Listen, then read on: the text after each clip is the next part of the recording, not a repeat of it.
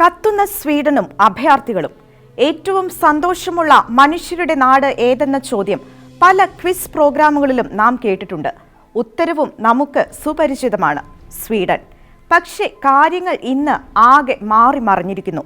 സമാധാനവും സന്തോഷവും നിറഞ്ഞു നിന്നിരുന്ന സ്വീഡൻ എന്ന രാജ്യത്ത് നിന്ന് ഇപ്പോൾ ദിനംപ്രതി പുറത്തുവരുന്നത് അസമാധാനത്തിന്റെയും അസ്വസ്ഥതകളുടെയും കഥകളാണ്.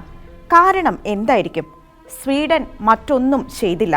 സ്വീഡൻ എന്ന രാജ്യം വിവേകം കൂടാതെയുള്ള മഹാമനസ്കത ചിലരോട് പ്രകടിപ്പിച്ചു.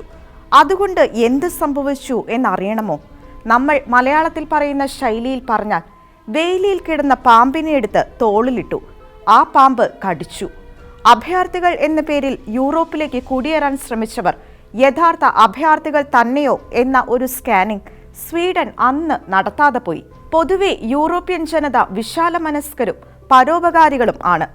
പരസ്നേഹത്തിന്റെ ക്രിസ്തീയ മാതൃകയിൽ അവരുടെ പൂർവികർ പരിശീലിപ്പിക്കപ്പെട്ടതുകൊണ്ടാകാം അത്. അഭയാർത്ഥികളായി വരുന്നവരെ സ്വന്തം വീട്ടിൽ വിളിച്ചു കയറ്റി അവർക്ക് ഭക്ഷണവും താമസിക്കാൻ ഇടവും ജോലിയും കൊടുത്ത സ്വീഡിഷ് കുടുംബങ്ങളുണ്ട് എന്ന് അറിയുക. പക്ഷേ അഭയാർത്ഥികളായി വന്നവർ സ്വീഡനിലെ തദ്ദേശീയ ജനതയെ ആക്രമിക്കുന്നതും അനാവശ്യ കലാപങ്ങളുണ്ടാക്കി അക്രമവും തീവെപ്പും നടത്തുന്നതുമായ കാഴ്ചകൾക്കാണ് ഇന്ന് സ്വീഡൻ സാക്ഷ്യം വഹിക്കുന്നത്. ഇത്തരം സംഭവങ്ങൾ ഉണ്ടാകുന്നതിന്റെ പിന്നിൽ രണ്ട് കാരണങ്ങളുണ്ട്.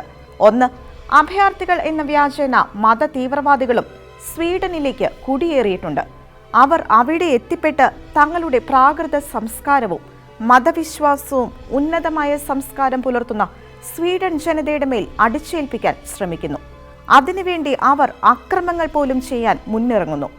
രണ്ടാമത്തെ കാരണം, വീടും കിടപ്പാടവുമടക്കം എല്ലാം നഷ്ടപ്പെട്ട് സ്വീഡനിലെത്തിയ അഭയാർത്ഥികൾ അത്യാവശ്യം ജീവിത സൗകര്യങ്ങളായപ്പോൾ പതിയെ പതിയെ അഭയം തന്നവരെ മറന്ന് പുറത്തുനിന്നുള്ള മത തീവ്രവാദ സംഘടനകളുടെ സ്വാധീനത്താൽ അവരുടെ ഹിഡൻ അജണ്ടകൾ നടപ്പാക്കുന്ന ഏജന്റുമാരായി അധപ്പതിച്ചുകൊണ്ടിരിക്കുന്നു.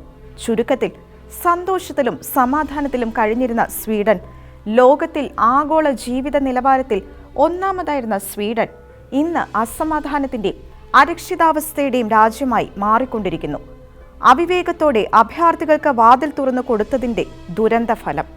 സ്വീഡൻ ലോകരാജ്യങ്ങൾക്ക് നൽകുന്ന മുന്നറിയിപ്പ് സന്ദേശം ഇതാണ്: കരുണയും വിശാല മനസ്കതയും കാണിക്കും മുൻപ് അത് ആരോടാണ് കാണിക്കുന്നതെന്നും അവർക്ക് അതിന് അർഹതയുണ്ടോ എന്നും നാം ഉറപ്പുവരുത്തണം.